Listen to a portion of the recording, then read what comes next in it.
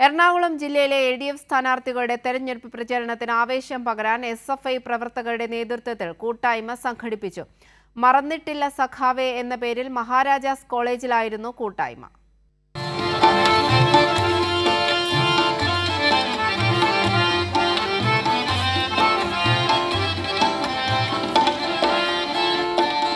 മഹാരാജാസ് കോളേജിലെയും എറണാകുളത്തെ മറ്റു കലാലയങ്ങളിലെയും പൂർവ്വ വിദ്യാർത്ഥികളടക്കമുള്ള SFI പ്രവർത്തകരാണ് കൂട്ടായ്മയിൽ പങ്കെടുത്തത്.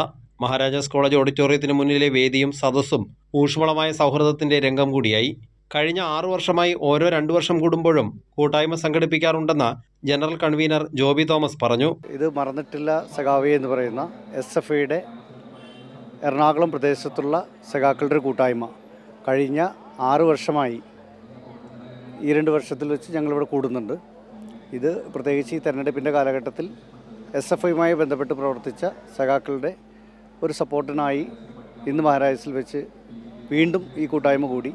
ഈ കൂട്ടായ്മയിലേക്കായിട്ട് വിദേശത്തു നിന്ന് അടക്കം സഖാക്കൾ ഇവിടെ എത്തിച്ചേർന്നിട്ടുണ്ട്.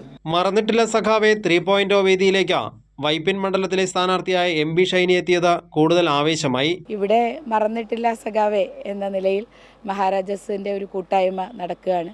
മഹാരാജാസിൽ പഠിച്ചിട്ടില്ല എങ്കിലും മഹാരാജാസുകാരുമായി അഭേദ്യമായ അല്ലെങ്കിൽ വളരെ മാനസികമായ ഒരു അടുപ്പം എപ്പോഴും ഉണ്ട്. തീർച്ചയായും സംഘടനാ പ്രവർത്തനത്തിൻ്റെ ഭാഗമായി ഉണ്ടായ ബന്ധം തന്നെയാണ്. SFI പ്രവർത്തനവുമായി ബന്ധപ്പെട്ട് നഗരത്തിലേക്ക് എത്തിയ നാൾ മുതൽ മഹാരാജാസുമായിട്ടുള്ള ബന്ധമുണ്ട്. 200ഓളം SFI പ്രവർത്തകരാണ് മറന്നിട്ടില്ല സഖാവെ 3.0 കൂട്ടായ്മയിൽ പങ്കെടുക്കാനായി കുടുംബസമേതം എത്തിയിരുന്നത്. സൗഹൃദ ബന്ധങ്ങൾ സജീവമായി നിലനിർത്താൻ മറന്നിട്ടില്ല സഖാവെ എന്ന പേരിൽ 500ഓളം പേരുടെ വാട്സാപ്പ് കൂട്ടായ്മയുമുണ്ട്. 83 പേരുടെ കോർ കമ്മിറ്റിയാണ് കൂട്ടായ്മയ്ക്ക് നേതൃത്വം നൽകുന്നത്. കൈരളി ന്യൂസ്, കൊച്ചി.